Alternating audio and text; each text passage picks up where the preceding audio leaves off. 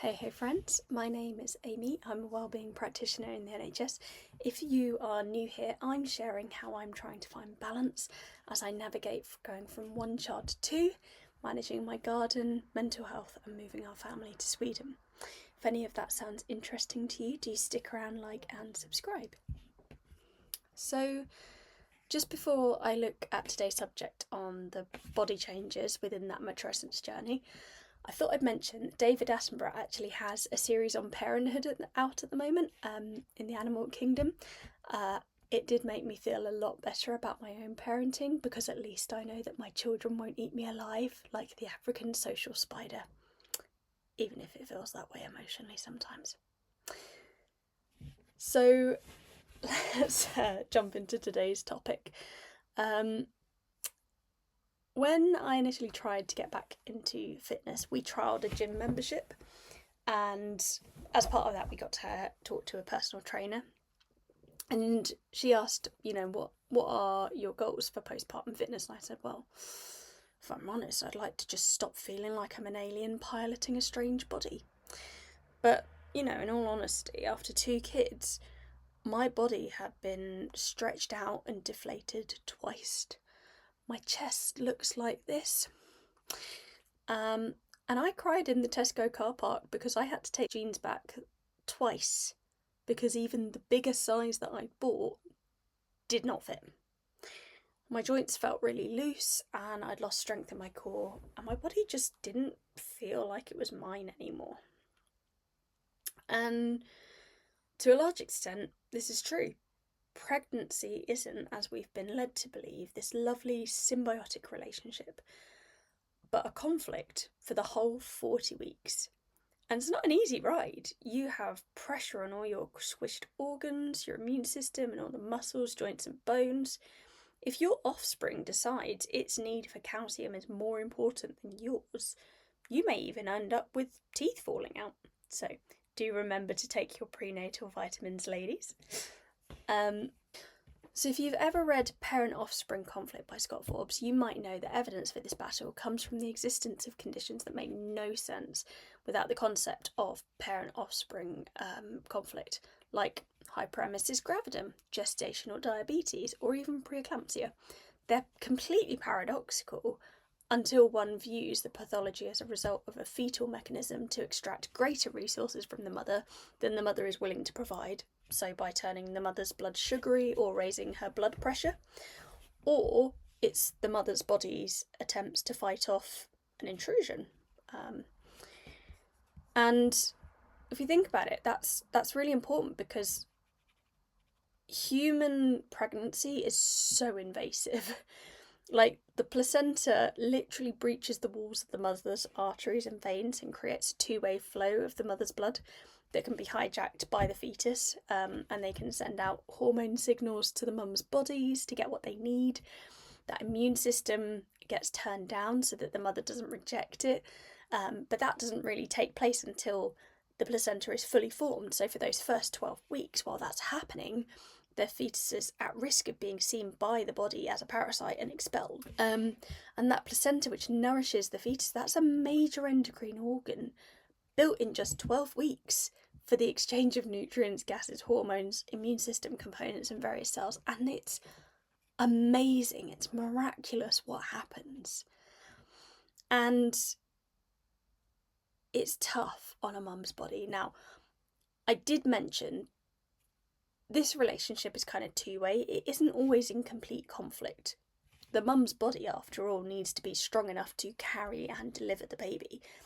But interestingly, when I got pregnant with my first, I actually had a frozen shoulder following a skiing accident. I'd had it for nearly a year by the time I got pregnant. And it was so painful. And I had hardly any mobility. I couldn't, lift anything. Had to do most things left-handed. And at some point during my first pregnancy, I noticed it had just stopped hurting. I was able to move my arm and my shoulder again. Look, lovely movement. And I couldn't explain it, but the occupational therapist who did my postpartum check said it was likely that my eldest had given me an infusion of stem cells. And that had been what healed my injury. So cheers, kiddo. So then, on top of the 9 months of carrying that pregnancy, you then have to you have to give birth. That baby has to come out eventually. Oh no, that's a scary thought. And then having your body after that return to its normal state. And obviously that takes time. You've been growing this thing for 9 whole months, and we're kind of expected as mums to just bounce back within 6 weeks. And you think, no, it took 9 months to get into this state. It's not going to take 6 weeks to get out of this state. And thinking about it, like, your pelvic floor really takes a hit. For me, it was because I had 2 hours of pushing with my first child after having already done 24 hours of full labour. That was pretty stressful. And if we think about it, birth is crazy risky. And if you think a C-section is an easy way out, you're wrong, because I'm not sure that I could face a surgeon cutting through 7 layers of tissue and muscle while I'm awake, pulling a baby out, and then expecting me to stand the day after major abdominal surgery. But this is what we expect mums who have had C-sections to actually do. My God, hats off to any woman who had to go through that experience. My episiotomy was a bad enough recovery experience. It was fine, by the way. You're gonna recover. Everything down there heals mostly okay. What I will say though is that my second birth was a completely different story. I went into full labour so quickly. My husband was convinced it was still early labour, that we could manage at home, and I was fuming. But he was conceded. Took me to hospital so that I could be reassured that I still had a long way to go. He was, of course, wrong, because mother's intuition. And I remember when we were told that I was already 4 centimetres dilated, we can go straight to the labour ward. And I just felt really safe. I felt really trusted in my intuition, which I just hadn't the first time.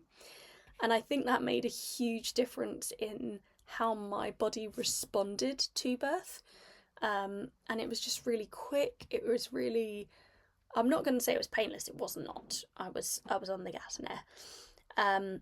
But it was so easy compared to my first birth.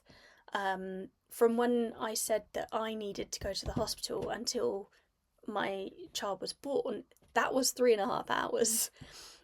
So he came really quickly, and he came with 5 pushes, 3 for the head, 2 for the body. That was it. And I was just so amazed at my body, even though I did tear upwards, which I didn't know that you could do that. That was new.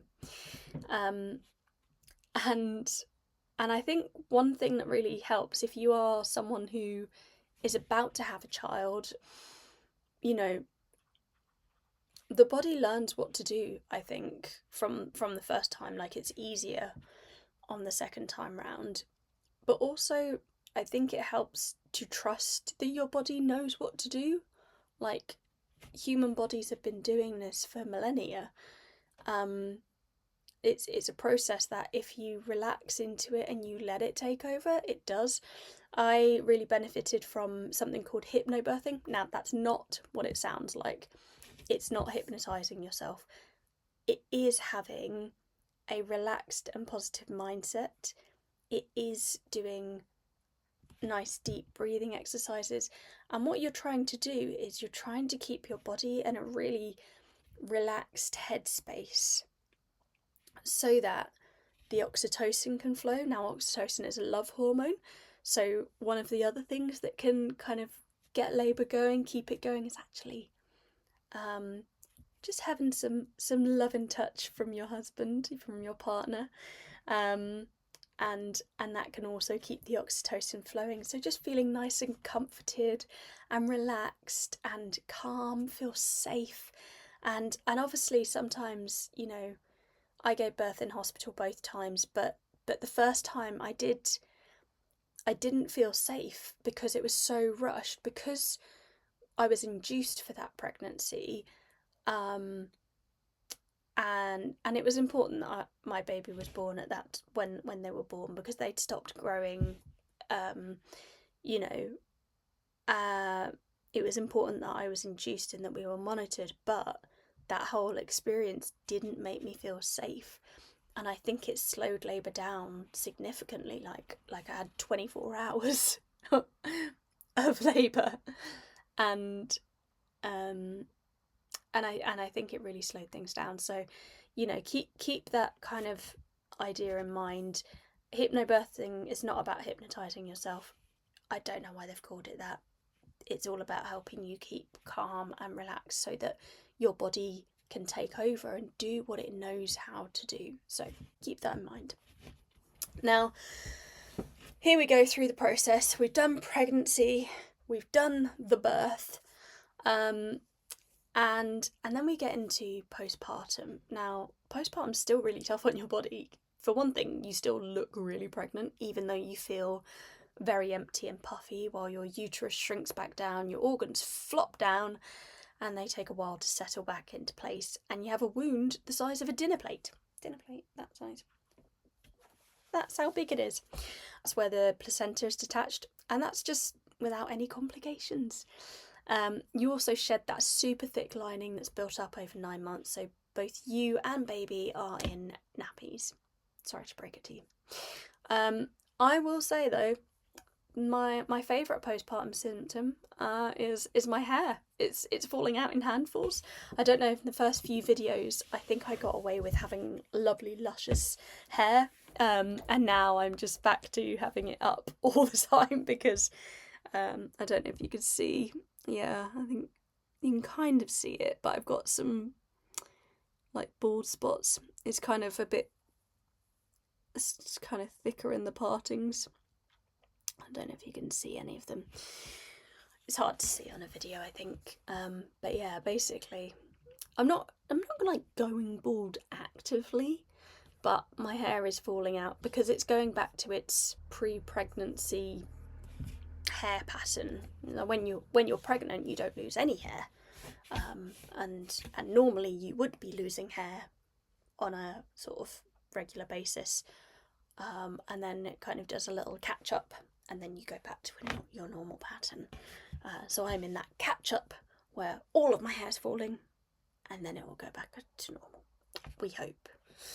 Otherwise, I'm just going to go bald. I'm sure it'll be fine. The other thing that I've noticed is my nails keep breaking. I think both of my pregnancies took a lot of collagen, so I've started to get a few little wrinkles, my nails breaking, my hair's falling out. So I think I might need to start supplementing that, but that'll be alright. Now, I think I mentioned in my last video that I actually decided against breastfeeding this time because I actually had a really, really hard experience with mastitis with my eldest that actually resulted in surgery. It was really, really scary. And this time I kind of struggled a bit with dysphoric milk ejection reflex. So all those myths about oxytocin making breastfeeding amazing can go stuff themselves. I'm not going to lie. I actually felt like I've had it really easy during my pregnancy and postpartum, and it was still really hard on my body. So what am I doing right now to try and find balance? Name of this challenge. I'm taking it easy. I'm finding ways to just incorporate a little bit of movement into my routine. I potter around the garden, I join other mums for walks, I go swimming. I wasn't really able to do anything too intense for a while because my abs split. I was kind of waiting for them to join back up. And also my body still had a lot of relaxin in it. It's a hormone that makes your joint kind of quite loose so that the baby can come out. And so I was prone to injury. Sorry about that. This is my cat April. She's a sweetie. She's missed us a lot because we've just been on holiday. So yeah, I did, however, start going to Fit Mummy for the first time, and I absolutely loved it. I love that I could take my youngest with me. My eldest was a bit more stressful to take with me because he's a little bit more of a handful. He's just that age where he's just so interested in everything that you can't really kind of concentrate on the exercising. And I did find it funny because we went on holiday and I did a bike ride, and then my Apple Watch called me out for doing my first ever bike ride since I've had the watch, which is about 2 years now. So yeah, the other thing I'm doing, I'm just managing my diet a bit. Nothing extreme. I'm just doing a tiny bit of like portion control, especially when it comes to carbohydrates and sauces, and then just prioritizing lots of protein and vegetables. I do still treat myself to a cake on the mum walk. I mean, it's all about balance, remember? So yeah, cake. And I think the other thing is I find that I feel better when I wear clothes that fit loosely than if I try and fit into my old skinny jeans. I don't really know why I tried them on actually. I'm trying to be compassionate with my body. After all, I grew 2 whole human beings in just over 2 years, and that's just amazing to me.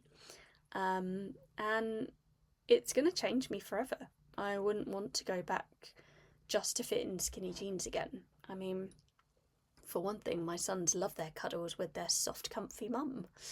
I think my fitness focus is solely on being able to run after them.